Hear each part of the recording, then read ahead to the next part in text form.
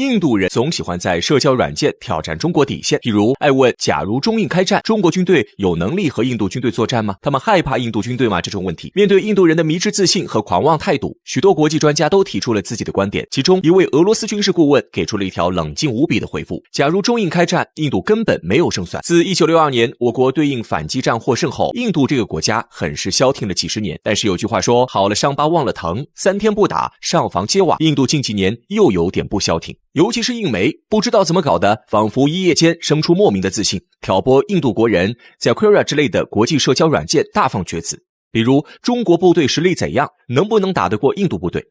在2017年洞朗事件、2020年中印边境冲突发生时，这类问题似乎更为集中。吊诡的是，普通印度人讨论也就算了，还有印度军事专家下场。比如2017年中印在洞朗地区发生对峙事件时，印度前空军军官萨米西·乔西在网上回答了中印开战谁更有优势这个问题。他说，中国的确很强，但印度空军似乎更有优势。这样的回答让印度人集体高潮，他们说萨米西·乔西引经据典，既摆事实还讲道理，这样的论据将令中国军队汗颜。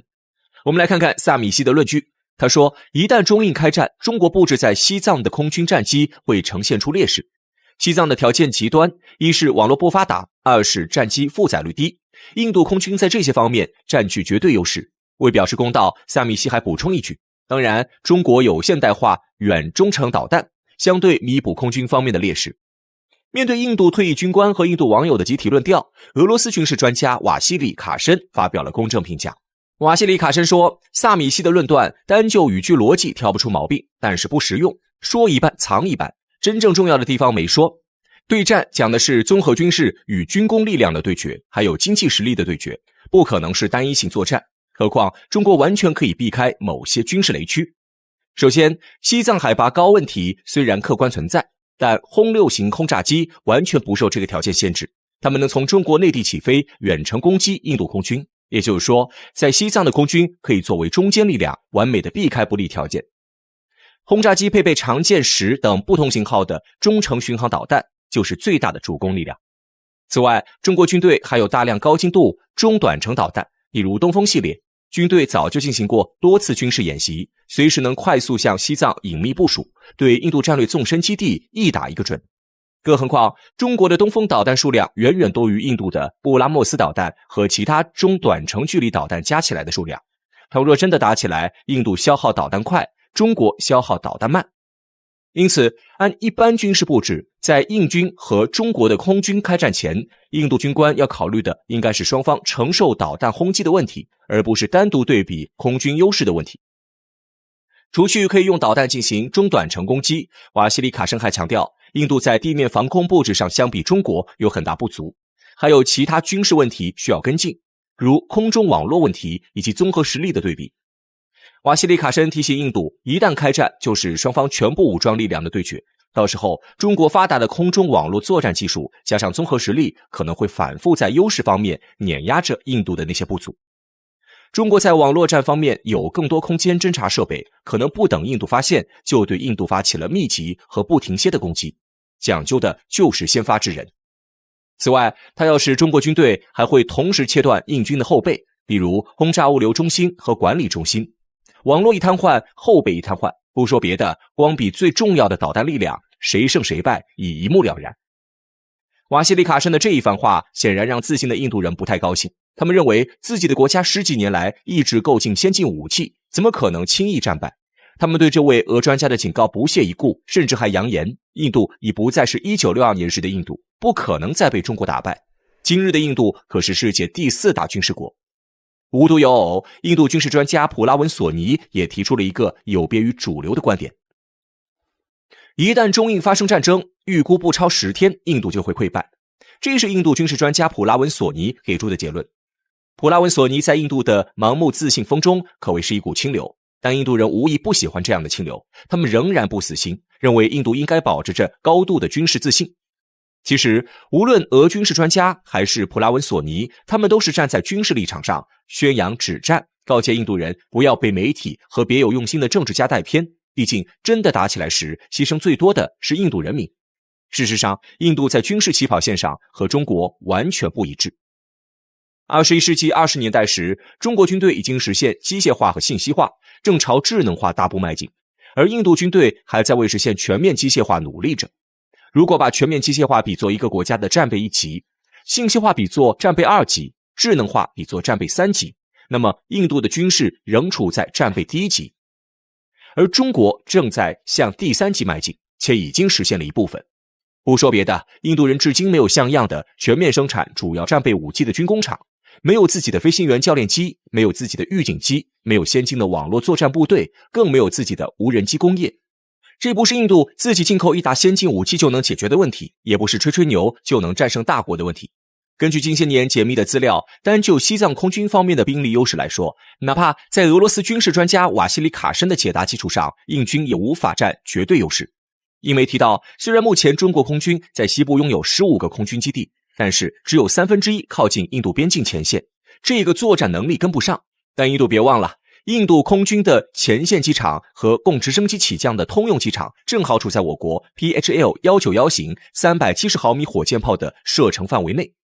他们的问题恰恰在于太靠近我国了，一是我国导弹打击更快更放心，二是印度基地太密集，人太密集，一个导弹一发火箭炮出去，同样的力量战损不对等。再说飞机升空的问题，其实劣势也是优势。印度机场的海拔低，我国海拔高，相差3到4千米。如果在空军预警机干扰和导弹袭击后，真的需要动用地面战机力量，印度战机也面临一个要多升高3到4千米的问题。众所周知，空中作战越高越占优势，高位对低位直接形成碾压，因此印度军队要先与我军飞到同样高度才能打。在升高的过程中，他们也要挨打，而且能不能飞起还是个问题。就这一方面说，比拼的其实是训练和实战等优势，海拔高度可不算他们的绝对掌握区域。印军实际能拿出来作战的部分，除了地面部队，在网络防空、机动防空等防御上有很多缺口，都算是处在弱势。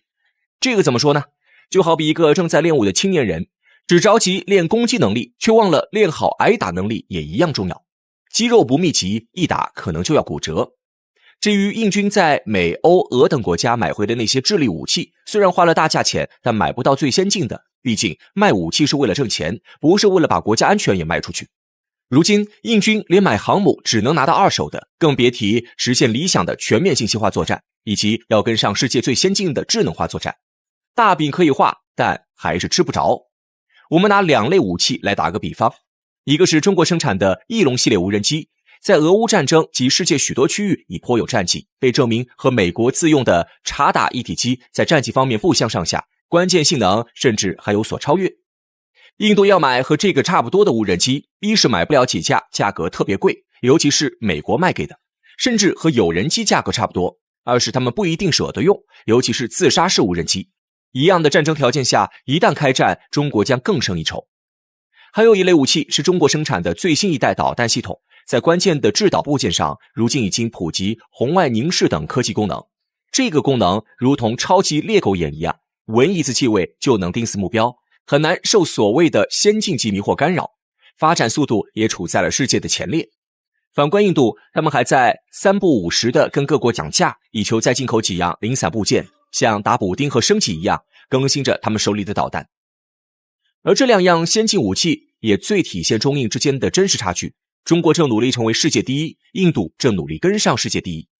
或许俄专家瓦西里卡申等人的警告，印度人不是不懂，而是他们不愿意懂。他们那种畸形的国民自大，更多的是隐藏自卑。是啊，我不行，但我不服输。但有一点是需要去注意的，也是我国屡次给印度警告的原因，那就是在印媒畸形的宣传下，从2017年开始，印军在边境有了更多的试探动作，这些动作正是印方网络试探的现实延伸。为此，中国方面对印度给出正式警告，让印度慎重考虑的主要有4点：一是中国的经济体量是印度的5倍之多，中国有钱也有能力开战，还有长久作战能力；二是一旦双方开战，中国很可能根本不用地面部队出战，只是炮击，在印度兵力密集度是中国起码30倍的基础上，中对印是1对30的死伤比率，谁先吃亏十分明了。三是印度够不着中国多少纵深，但中国打印度无论打基地、后勤还是公路跟铁路，只要配合有无人机，将打得又快又准，而且会足够狠，保证不停歇。四是印度会后院起火。中国在家国大义方面从来是一致对外的，可印度不一样，印度的种族主义十分严重，那些东北部西孟加拉邦北部的独立组织一看到中印开战，很可能会先闹独立。还有印巴两国本来就没怎么中断过冲突，巴基斯坦很大概率会趁机出手，他们梦想收回克什米尔已经很久了。其实对于军事专家给出的评价，印度人可能狡辩，但未必不信，不过是说不出认输两个字。毕竟自称世界第4军事大国这种自我精神胜利的迷魂法，对当下的印度人来说，此药一旦磕起来绝对不能停。清醒如此艰难，不如暂留梦乡。黄金自古以来便一直被看作财富的象征，无数人对其趋之若鹜。然而有那么一个国家，明明家中藏金千万，却成了一种幸福的烦恼，不仅没有过上富裕的日子，甚至整个国家都差点被黄金拖垮。这个国家就是印度。关于印度的这桩怪事儿，我们还要从印度人的那些奇葩心理开始说起。我宁愿饿着肚子，也不愿意放弃身上穿金戴银。印度不是一个富国，根据世界银行在2010年出具的一份报告，印度有1/3的人口生活在国际贫困线以下，2/3的印度人民平均每天生活费不高于2美元。但与之相对的，印度却是当今世界上最大的黄金消费国，以及第1大黄金进口国。光是在2021年1年，印度就进口了1050吨黄金。为此，印度政府付出了全年贸易逆差的1/3。这种鲜明的贫富对比，难免让人产生疑问：印度买的黄金都去哪儿了呢？难不成印度人会吃黄金？事实上，印度人虽然不吃黄金，但却和吃了差不多，因为这些黄金最终都被供了起来。众所周知，印度教是如今印度境内的第1大教，80%的印度民众都是其教徒。而在印度教的教义里，黄金一直被视为财富与吉祥的象征，这就使得印度人对黄金的喜爱达到了一种近乎病态的狂热。可俗话说得好，信仰是不能被消费的。在这样的思想影响下，在印度教上千年的历史文化里，黄金便逐渐褪去了其货币身份的价值，转而变成了一种奢侈的贡品，只能看不能花，最终便形成了现在的尴尬局面。2011年，尘封了140多年的帕德玛纳巴什瓦米神庙重现天日。正如传说中这座神庙下埋藏着人类文明最大的宝藏一样，光是出土的黄金钻石价值就超过了5000亿印度卢比以上。但天降横财却并不一定都是福。在关于这笔宝藏的归属问题上，印度政府希望将其用来造福所在地人民，改善教育与医疗等基础设施。可印度教的信徒却认为，政府对寺庙瑰宝动手是对神明的亵渎。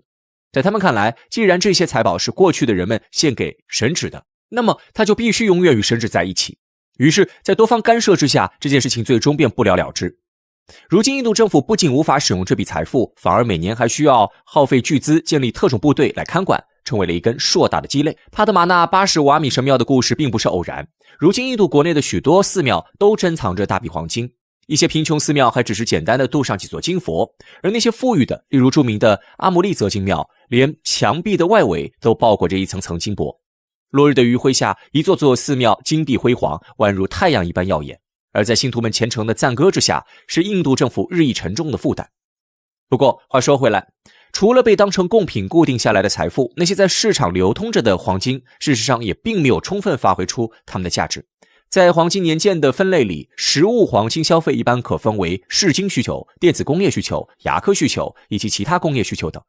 一般来讲，如果黄金被消费于后面几种类别，我们便可以将其视为物尽其用。然而在印度，超过 95% 的黄金消费都在饰金需求之上，特别是在结婚以及其他宗教仪式上，如果缺少黄金饰品，往往就会被视为不完整。除此之外，在印度社会，黄金饰品也被视为女人一生仅有的财产。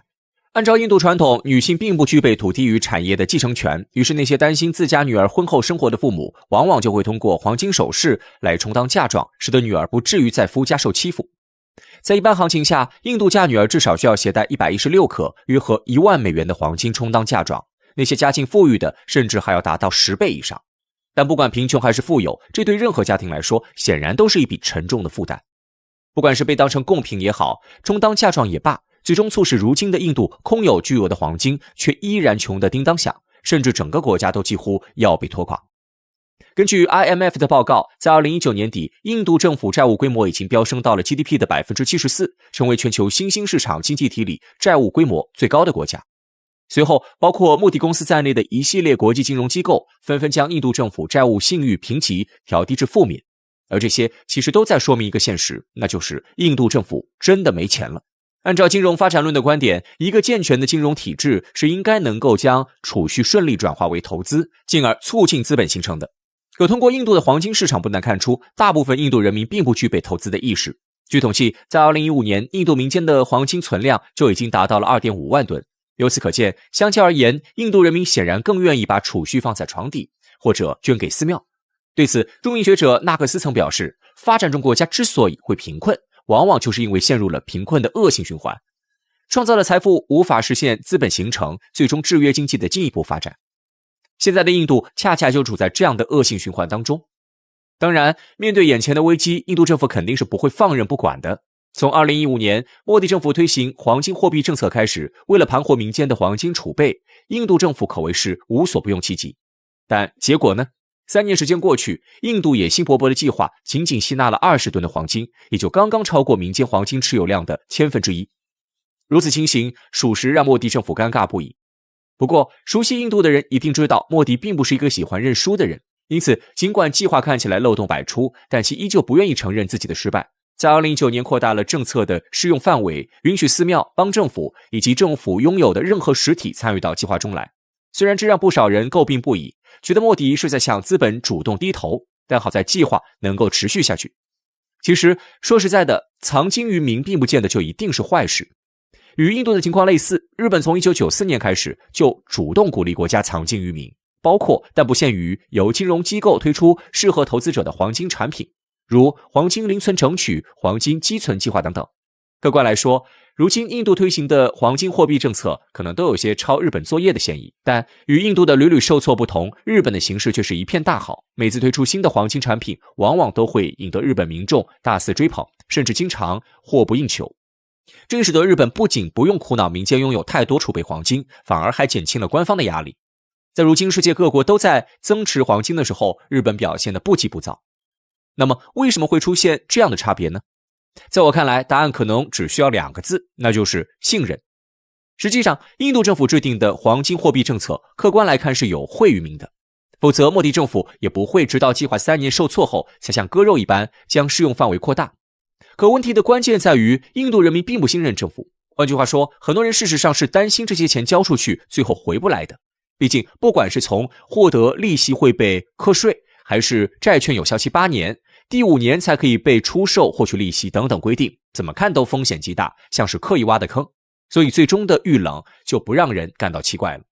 不过，正因为症结在于信任，想要解决的办法也很简单，那就是让利。如果真的有足够的利益可以拿到，那么区区风险和信任就不成问题了。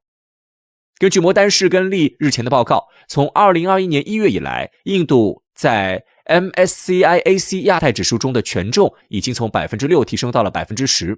对此，该机构评价到，印度长期以来展现出巨大潜力，现在正开始逐渐释放。在全球市场上，看好2024年印度股市已经成为了一种共识。尤其是在过去1年经历了美国金融急剧收缩的考验后，可以预料到接下来必然有大量国际资金涌入印度。面对这样优秀的市场背景，印度人民真的还能忍住手吗？答案或许已经显而易见。